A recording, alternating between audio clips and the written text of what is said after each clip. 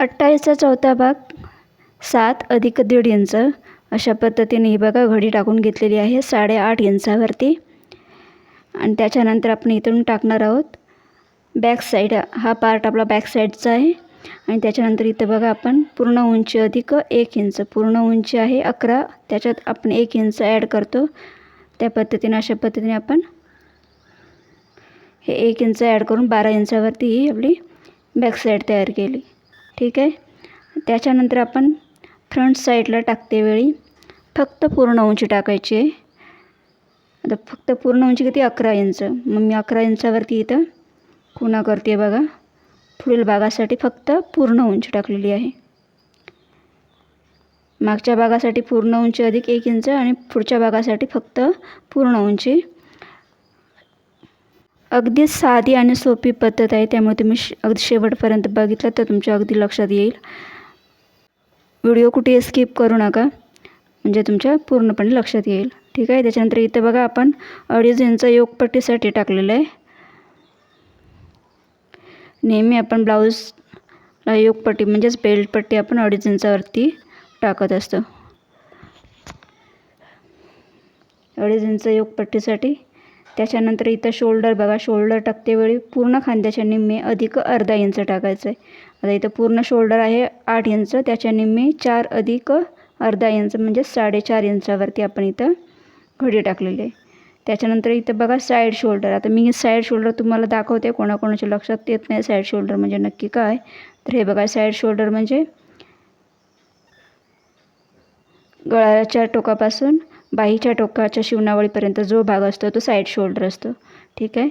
तर आपण काय करायचं आहे, तीच मेजर टेप न उचलता मागच्या साईडला आपण साईड शोल्डर अधिक पाऊण इंच घ्यायचं आहे. साईड शोल्डर आहे 2 इंच बरोबर, आपण त्याच्यात पाऊण इंच, पाऊण म्हणजे अर्धा आणि पाव, म्हणजे इथं 2.25 इंचावरती खुणा करून घेतली. त्याच्यानंतर बघा मुंडा टाकायचं आहे. 28 स्टेट्ससाठी आपण इथं 4.25 इंचावरती मुंडा टाकतो आहे. आलं लक्षात. इथं साधारण तुम्ही 4.5 देखील टाकू शकता. इथं मी 4.25 इंचावरती टाकते.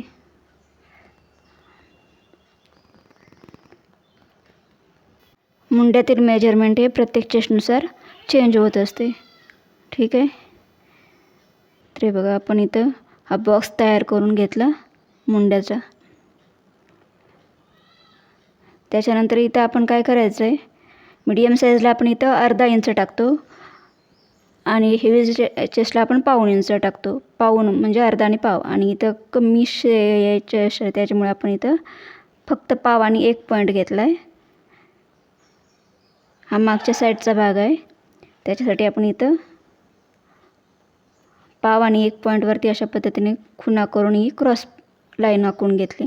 त्याच्यानंतर इथून बघा तुम्हाला दाखवते अर्धा इंचचा इथं हे बघा अशा पद्धतीने अर्धा इंचचा क्रॉस देऊन घ्यायचा आहे. आणि या साईडला देखील पाऊण इंचचा, बघा तुमच्या लक्षात यावं म्हणून मी मध्येच घेते. इथं पाऊण इंचचा क्रॉस देऊन घ्यायचा आहे. आलं लक्षात. फ्रंट साईडला पाऊण इंचचा. तर अशा पद्धतीने हा मुंड्याचा शेप तयार झाला. त्याच्यानंतर आपण टाकणार आहोत गळ्याचे मेजरमेंट. तर इथं बघा हा मी बॅक साईडचा गळा टाकते.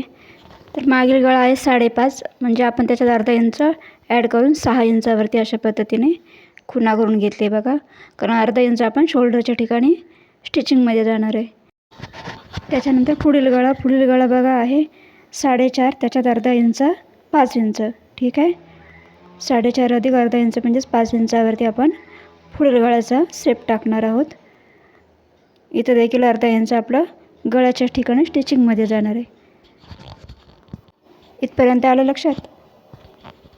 इथून आपण 1 इंचावरती दोन्ही साईडने अशा पद्धतीने गोलाकार आपण गळाकार करणार आहोत, पुढचा देखील आणि मागचा देखील. त्याच्यासाठी हे बघा अशा पद्धतीने राऊंड शेप देऊन घेणार आहोत 1 इंचावरती.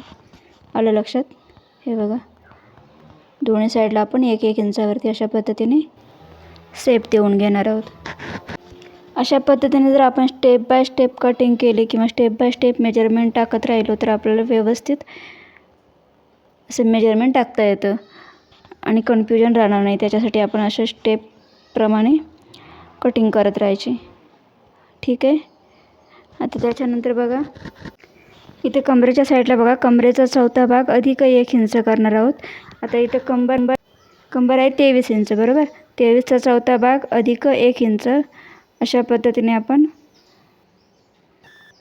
कमरेचा चौथा भाग अधिक 1 इंच करून घ्यायचा आहे आणि त्याची खुणा करून घ्यायची आणि त्याच्या निम्मे करून आपण त्याचं टक्स काढून घ्यायचं आहे.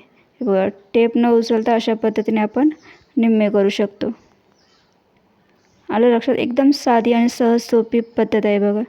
त्याच्यानंतर आपण दोन्ही साईडला नेहमीप्रमाणे अर्धा इंचाचा आपला हा टक्स असणार आहे आणि इथून आपण पूर्ण उंचीनुसार टाकू शकतो उंची. हे बघा तर मी इथं साधारण 4 इंचावरती ही पूर्ण उंची टाकते.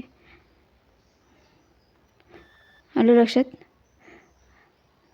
इथे 4 इंचावरती खुणा करून घेतली आणि अशा पद्धतीने दोन्ही साईडला अर्धा इंचावरती आपण हा टक्स तयार करून घ्यायचा आहे बॅक साईडचा. आणि पुढे ही आपली शिलाई मार्जिन असणार आहे. ठीक आहे. हे बघा अशा पद्धतीने शिलाई मार्जिन असणार आहे ही आपली. त्याच्यानंतर इथं पुढील भागासाठी बघा इथं आपण उभ्या टक्ससाठी आपण टाकणार आहोत 2.25 इंचावरती. कमी मेजरमेंटचं ब्लाऊज असल्यामुळे इथं आपण 2.25 इंचाचा उभा टक्स टाकतो आहे. आलं लक्षात? हेवी चेस्ट असलेली असती तर आपण त्याच्यापेक्षा 3-3.5पर्यंत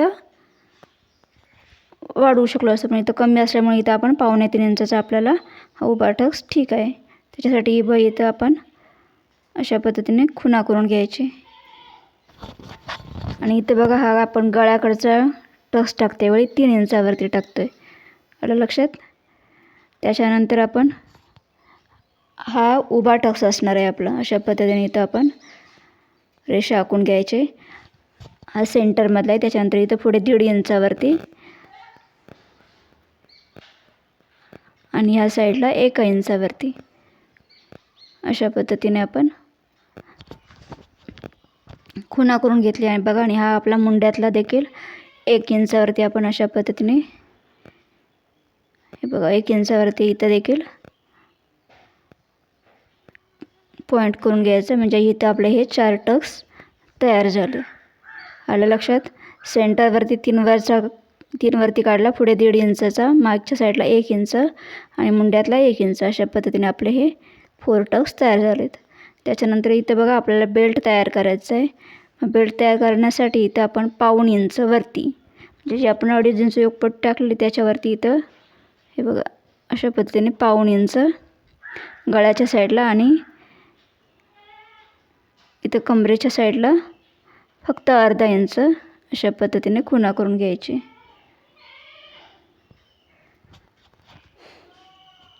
त्याच्यानंतर आपण अशा पद्धतीने योगपट्टीचा आपण शेप देऊन घेणार आहोत. मी तुम्हाला सावकाश समजून सांगण्याचा प्रयत्न केला आहे. तरी पण जर माझा व्हिडिओ आवडला असेल तर प्लीज व्हिडिओला लाईक करा आणि चॅनलवरती नवीन असेल तर चॅनल सबस्क्राईब मात्र जरूर करा. त्याच्यानंतर इथं बघा अशा पद्धतीने आपण बॅक साईडला खुणा करून घेऊ शकतो. त्याच्यानंतर इथं आपण थोडंसं कट द्यायचं आहे म्हणजे आपल्याला स्टिचिंग करते वेळी सोपं जाणार आहे. अजूनही तुम्हाला जर काही प्रॉब्लेम येत असेल ब्लाऊज कटिंग स्टिचिंग करते वेळी तर प्लीज कमेंटमध्ये तुम्ही विचारू शकता. त्याच्यानुसार मी व्हिडिओ बनवण्याचा प्रयत्न करेन. ठीक आहे. तुम्हाला पुढचा व्हिडिओ कुठल्या पद्धतीचा म्हणजे कटिंग स्टिचिंग कुठलाही करायचं असेल तर तुम्ही कमेंटमध्ये ते देखील सांगू शकता. म्हणजे मी कुठल्या पद्धतीने व्हिडिओ बनवते. आणि व्हिडिओ शेवटपर्यंत बघितला त्याच्यासाठी खूप सारे थँक्यू सो मच. आणि हे बघा आपण अस्तर देखील कट करून घेतो आहे.